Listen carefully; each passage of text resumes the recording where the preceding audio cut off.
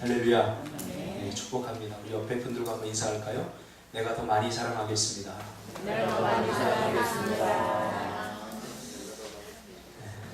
정말 그렇습니다. 내가 옆에 있는 사람보다 조금만 더 사랑해주면 그것이 바로 천국으로 변합니다. 내가 조금 더 사랑을 받으려고 하니까 문제가 되는 거죠. 내가 더 많이 사랑해 주시기를 주님의 이름으로 축복합니다.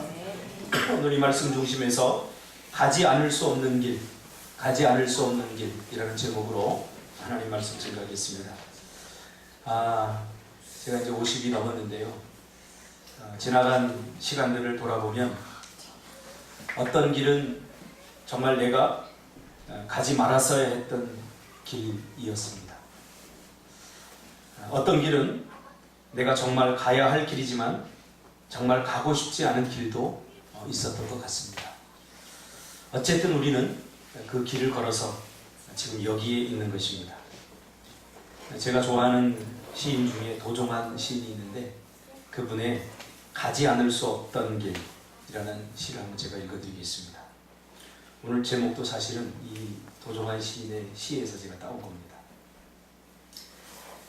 가지 않을 수 있는 고난의 길은 없었다.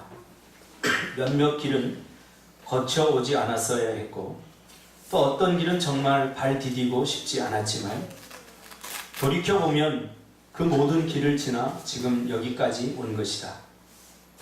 한 번쯤은 꼭 다시 걸어보고픈 길도 있고 아직도 해걸음마다 따라와 나를 붙잡고 놓아주지 않는 길도 있다. 그 길 때문에 눈시울 젖을 때 많으면서도 내가 걷는 이 길, 나서는 새벽이면 남모르게 외롭고 돌아오는 길마다 말하지 않은 쓸쓸한 그늘 짙게 있지만 내가 가지 않을 수 있는 길은 없었다. 그 길이 내 앞에 운명처럼 파여있는 길이라면 더욱 가슴 아리고 그것이 내 발길이 되려올 것이라면 발등을 찍고 싶을 때 있지만 내 앞에 있던 모든 길들이 나를 지나 지금 내 속에 나를 이루고 있는 것이다. 오늘 아침에 안개무더기로 내려 길을 뭉텅 다르더라더니 저녁엔 해치온 길 가득 나를 혼자 버려둔다. 오늘도 가지 않을 수 없었던 길, 오늘도 가지 않을 수 없었던 길.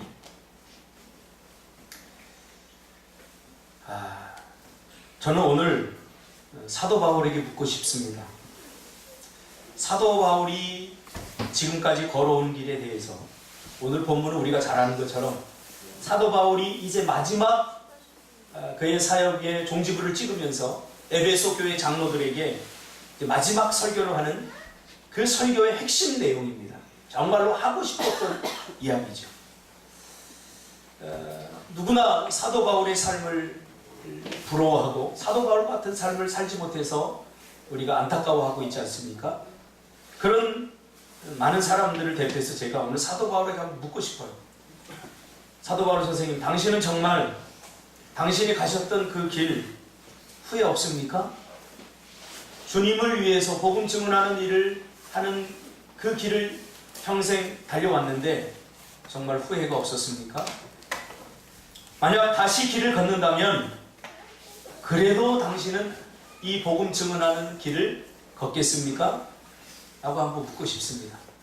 사실은 제가 미얀마에 가서 그 선교사님한테 물었던 질문이거든요.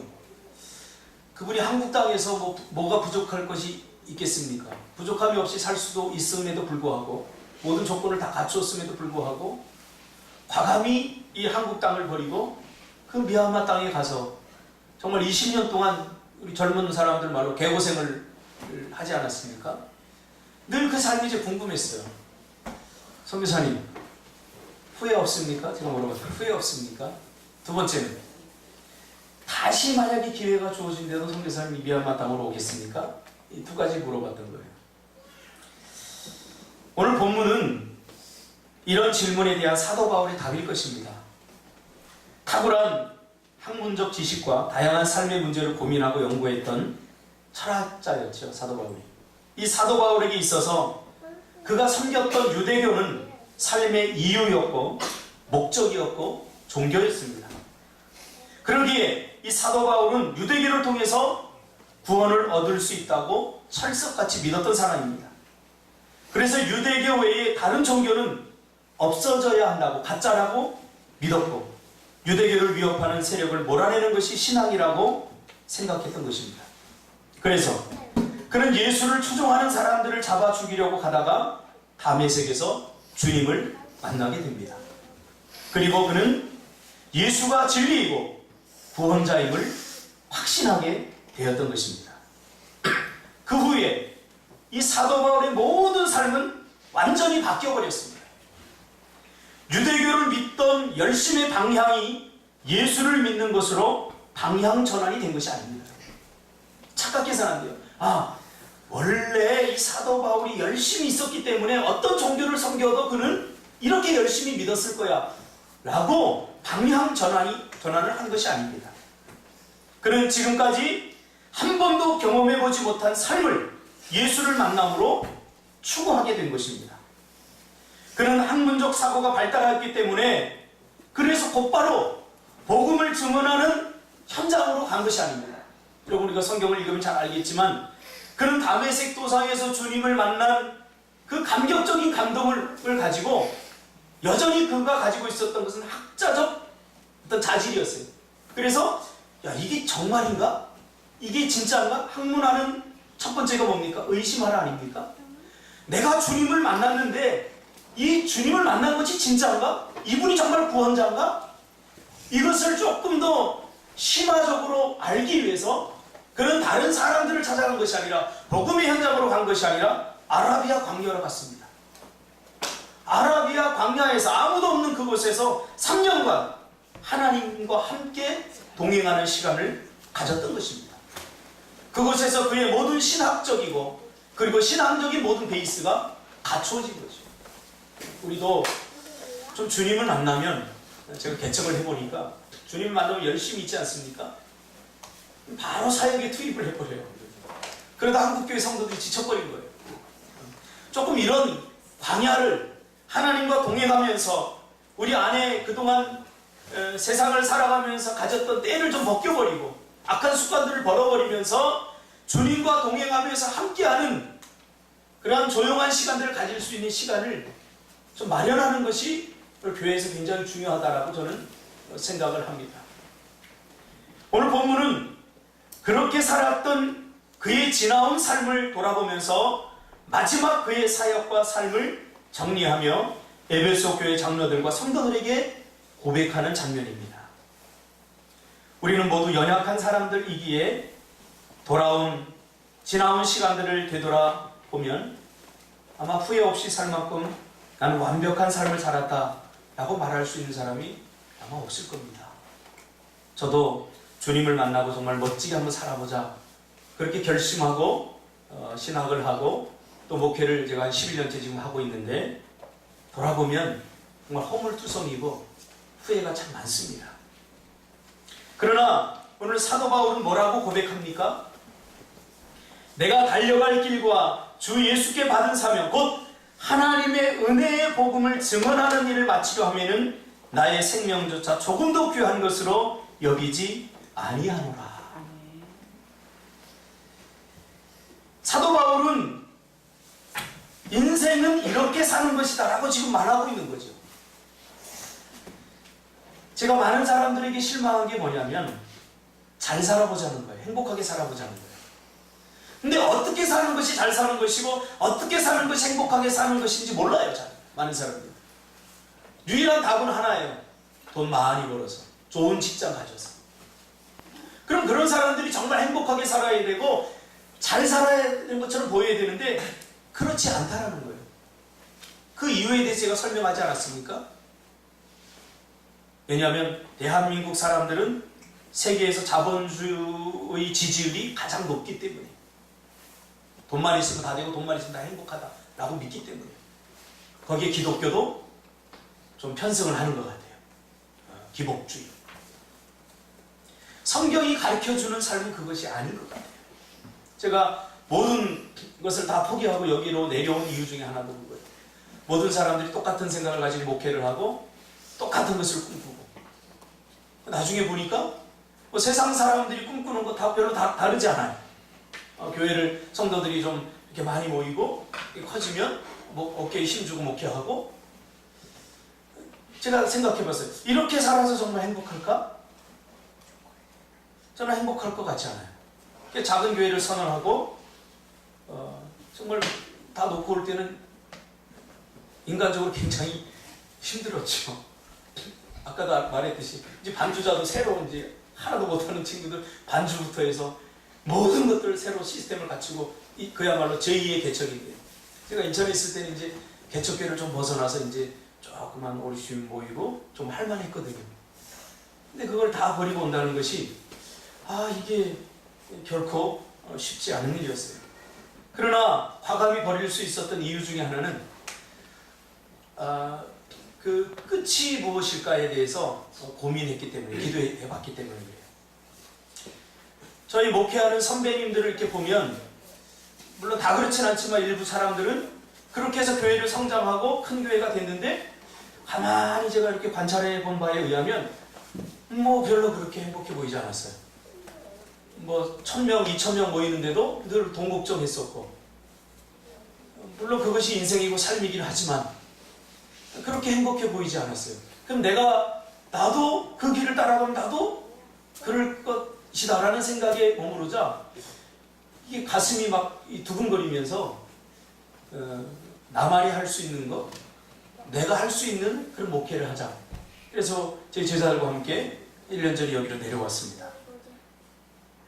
오늘 사도 바울은 당당하게 얘들아 인생은 이렇게 사는 것이야 라고 우리에게 제시하고 있죠. 어떻게요? 하나님께서 우리 각자에게 하라고 주신 일이 있다는 거예요. 사도 바울에 의하면. 오늘 본문의 이 내용 간단한 한 구절이지만 여기에는 사도 바울의 전 인생이 압축되어 있는 압축 파일입니다. 하나님께서 우리 각자에게 하라고 주신 일이 있다는 거예요. 그것을 찾는 것이 곧 사명이고 그 일은 바로 복음 증언하는 일이다. 이게 전부가 모든 것입니다.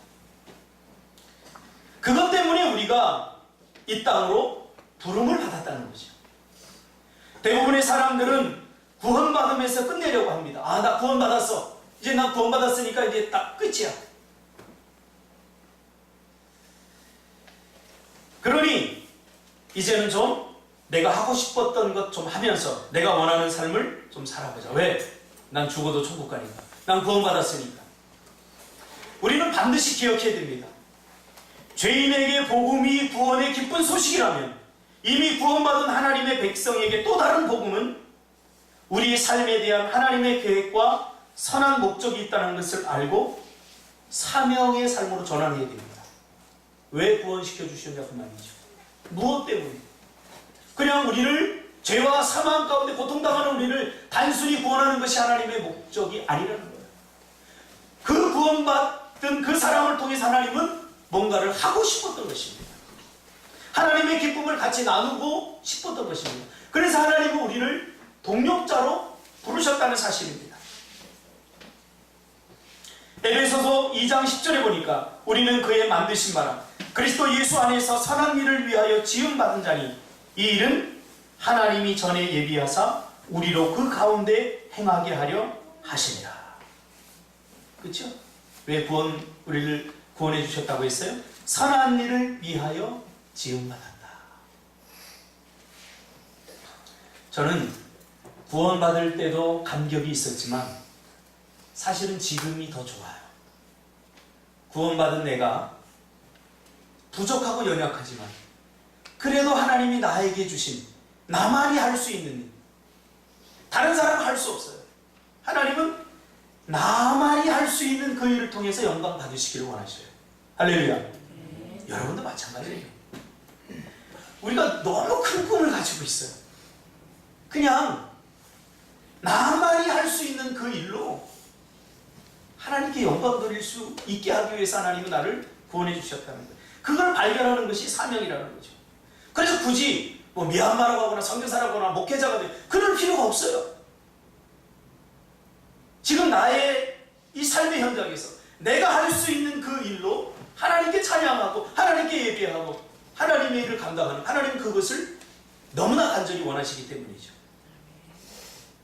사도 바울에게 있어서 하나님 받으시고 싶은 영광은 바로 사도 바울이 가장 잘 드러내고 있죠. 나는 그것을 위해서 달려가는 삶을 살았다라고 사도 바울은 표현하고 있죠. 달려가는 삶, 이것이 표현하는 것이 무엇입니까? 분명한 목적을 향해 쉬지 않고 한눈 팔지 않고 최선을 다해 갔다는 거죠. 이게 달려갔다는 거죠. 달려가는 사람들은 여러분 뛰어봐서 알겠지만 어디 한눈 팔 새가 없어. 이렇게 하면서 뛰어갈 수 있습니까? 달려갔다라고 하는 이 말은 첫 번째로 목표가 분명했다. 달려가는 목적지가 분명했고, 그 다음에 한눈 팔지 않고 쉬지 않고 최선을 다하여 갔다. 이렇게 살았다는 거죠, 사도 바울이. 여러분 이렇게 살고 계십니까? 그렇게 살고 있는 것 같아요, 제가 보니까. 그가 그토록 갈망하고 갈구했던 진리를 발견했기 때문에 진리가 아닌 것들을 배설물처럼 여길 수 있었죠. 내가 가진 모든 것들을 배설물로 여기려면 배설물로 여기고 버리는 것이 먼저가 아니라 주님을 만나는 것이 먼저입니다. 진리 대신 주님을 만날 때 그 다음에 다른 것들이 가치 없이 보이는 거거든요. 왜 우리가 다른 것들이 가치 있게 보이냐면 진리를 만나지 못했기 때문에 그래요. 정말 가치 있는 걸 만나지 못했기 때문에 가치 없는 것들이 가치 있게 보이는 거죠. 그래서 오늘날 저와 여러분이 교회 안에서 해야 될 것은 뭐냐면 엉뚱한 짓 하지 말고 진리 대신 주님을 사람들에게 만나게 하는 일에 통로로 쓰여야 돼요. 할렐루야. 우리 미얀마에 있는 맹가쿠 선교사님처럼 그렇게 자신의 일평생 한국 땅에서 자본주의적 생각을 가지고 잘 먹고 잘 살 수 있었지만 그 모든 것들을 다 버리고 그가 사도 바울처럼 주님을 만났기에 그의 길을 20년 동안 달려왔던 것처럼 말이죠. 저는 그 선교사님을 통해서 사도 바울을 좀 관험해 볼 수 있어요. 아, 이분은 정말 후회 없는 삶을 사셨구나. 제가 20대 초반에 만났는데 저도 이게 흰머리가 지금 저도 지금 염색을 안 하면 우리 선생님처럼 더 아주 하얘입니다. 제가 늦둥이를 둘째 셋째를 낳아서 집사람한테 그랬어요. 나 이제 염색하기도 귀찮으니까 이제 염색 좀 안 해주면 안 될까 그랬더니 책임져. 왜 늦둥이 둘 셋을 낳아서 이 늦둥이가 5학년 6학년이거든요. 학교 가면 이제 우리 큰딸이 지금 대학생인데 그래서 이 염색을 지금 하고 있습니다. 그분의 그 휘어진 그 머리카락을 이렇게 보면서 참 멋져 보였어요. 마치 사도 바울처럼. 아, 인생은 이렇게 사는 거구나. 그 주변에 많은 그 돈을 축적하고 창고에 가득하게 쌓아놓고 사는 사람들이 많이 있지만 저는 하나도 안 부러워요. 그러나 이 선교사님 볼 때마다 제가 얼마나 부러운지 몰라요. 오늘 사도 바울은 우리에게 그렇게 말하고 있죠. 그리고 자신이 달려갔던 길이 주 예수께 받은 사명과 다르지 않음을 그는 알았던 것이죠. 우리의 고민이 뭡니까? 내가 지금 달려가는 것이 이 길이 주님께 받은 사명의 길인가 하는 것에 늘 의심을 갖게 되죠. 우리는 모두 사도 바울처럼 되려고 합니다.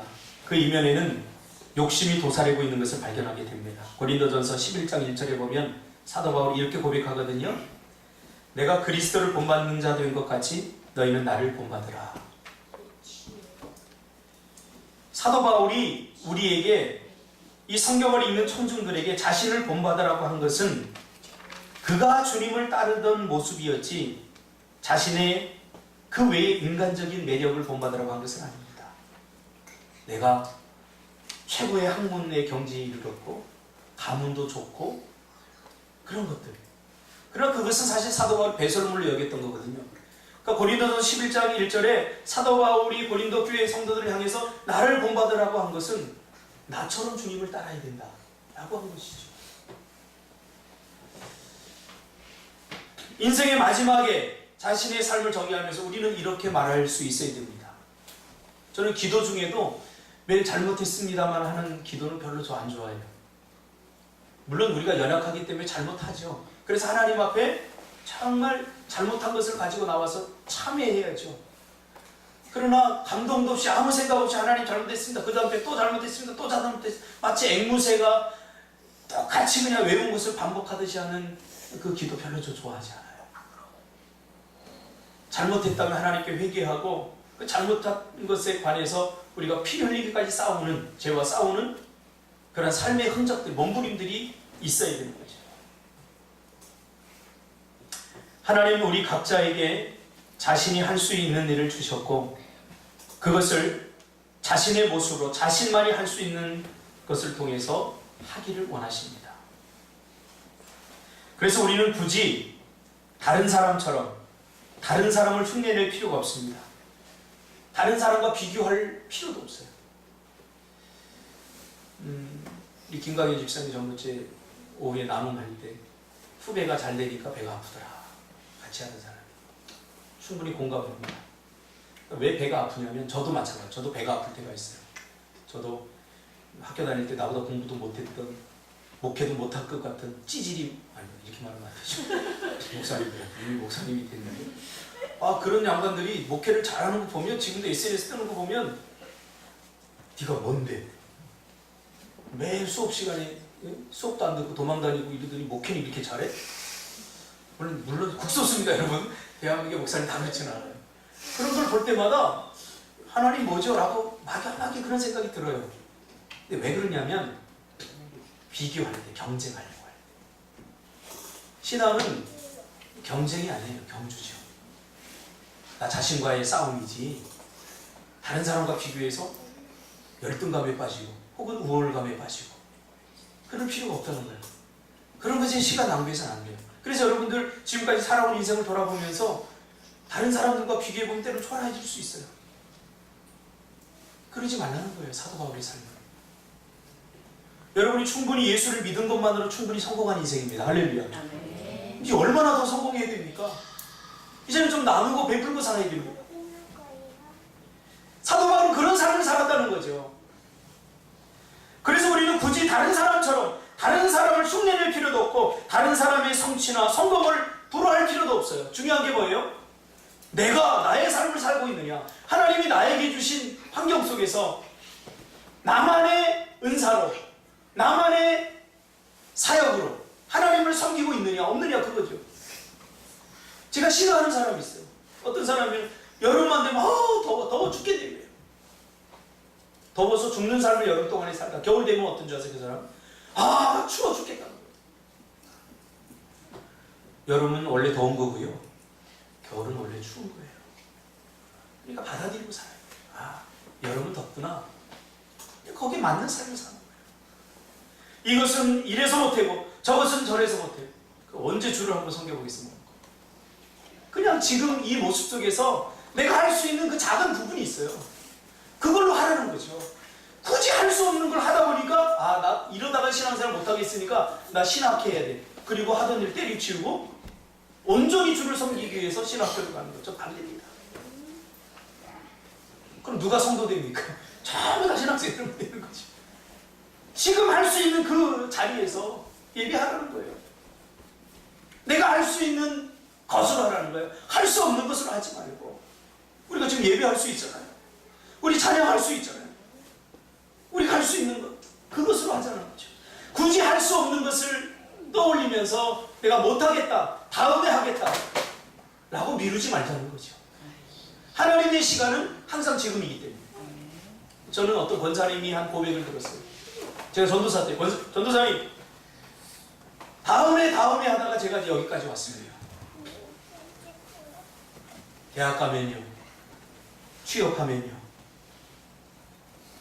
애 낳으면요, 장가 보내면요, 뭐 하다가 이제 하나님 부를 날이 얼마 가깝지 않았다는 거예요. 돌아보니까 다 다음으로 미뤘다는 거예요. 다음은 하나님의 시간이 아닙니다. 사단의 시간. 지금 해야 되지. 그러니까 큰 걸 하려고 그러니까 자꾸 아니에요. 그럼 내가 지금 할 수 있는 거, 무릎 꿇을 수 있고 기도할 수 있고 사랑한다 말할 수 있고, 그거예요. 그거.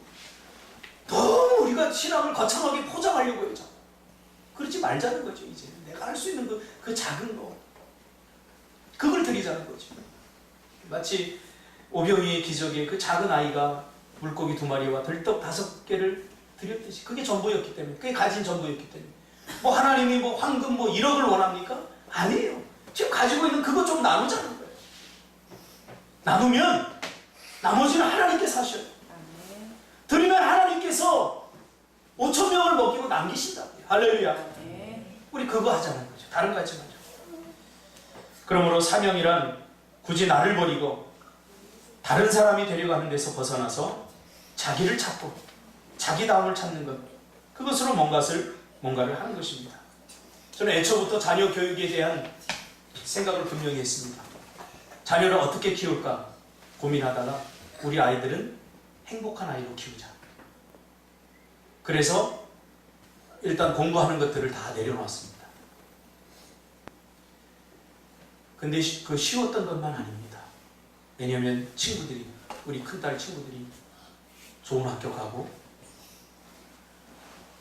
성적도 높게 나오는데, 우리 큰딸은 거의 뭐 끝에서 세는 게 더 빠를 때 이거 부모로서 걱정이 돼요. 어떤 게 걱정되냐면 이 아이가 앞으로 어떻게 살지? 정말 이래도 되나? 전 초등학교 때 우리 딸을 학교 보낸 적이 그렇게 많지 않아요. 놀러 데리고 다녔죠. 캠핑을 다니고 막.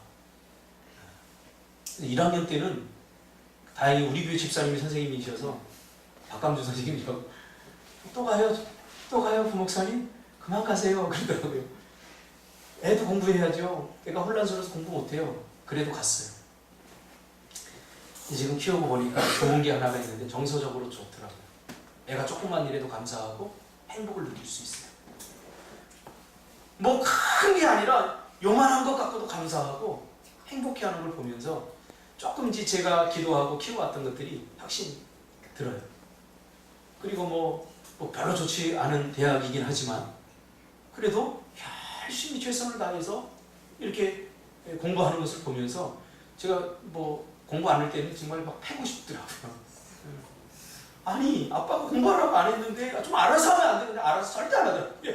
너무너무 힘들어요. 그걸 지켜보는 엄마는 매일 잔소리하죠. 그거를 아무 말도 못하는 이 아빠 지켜보는 나는 정말 애간장이 다 달아 없었어요. 그런데 돌아보고 나니까 행복한 것 같아서 좋아요. 우리 둘째, 셋째도 제가 그렇게 키우려고 하는데 선교를 하다 보니까 좀 욕심이 생겨서 우리 둘째는 의사로 키워보려고 한번. 왜냐면 선교사로 제가 이제 노년을 의료 선교하면서 제가 같이 다니려고 꿈이 생겼어요. 근데 안 하겠대요. 자기는 피가 싫대요. 피 보는 게 싫대요. 절대 안 하겠다고 그러더니 제가 기도했어요. 집사람. 요즘 있잖아요. 자기 주도 학습 이게 빠져버리더니 공부를 지금 하는 거예요. 어제도 갔더니 막 공부하는 거예요. 아싸 그랬어요. 아싸. 여러분 억지로 안 돼요. 억지로. 대장장이는 하나님이 대장장이에게 농사지으라고 그렇게 요구하지 않아요. 농부에게 기술적인 거 요구하지 않아요. 고기 잡는 어부에게 뭐 잘 가르치라고 그렇게 말하지 않아요. 하나님은 우리가 엉뚱한 걸 원하지 않거든요. 우리가 할 수 있는 그걸 원하거든요. 그래서 저도 제가 잘 할 수 있는 것이 뭘까? 그걸로 지금 목회하고 있는 거예요.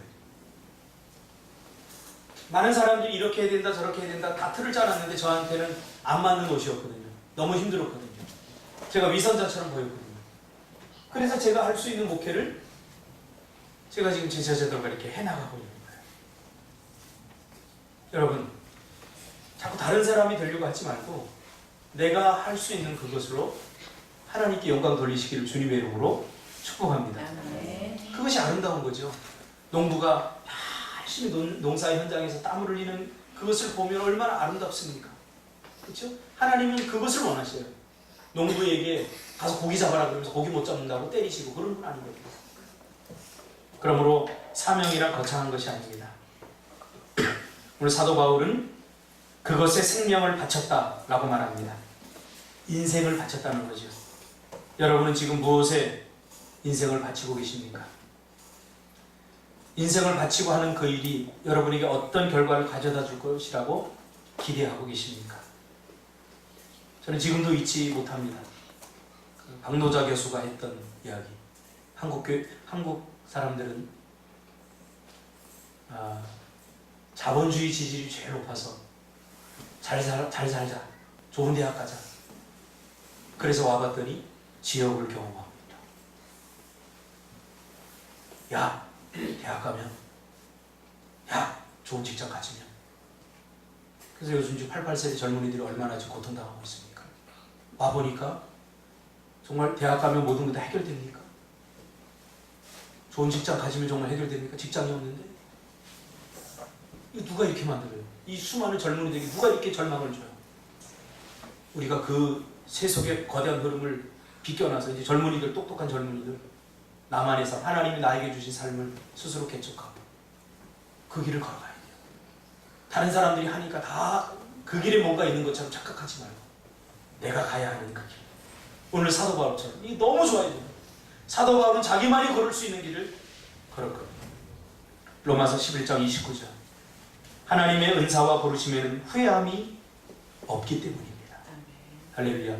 우리 일평생 복음 증언하는 일에 부름을 받았으니 그것을 우리가 해야 할 일이라고 사명이라고 생각하고 그리고 최선을 다하다 보면 다른 것들은 하나님이 더하여 주실 줄 믿습니다.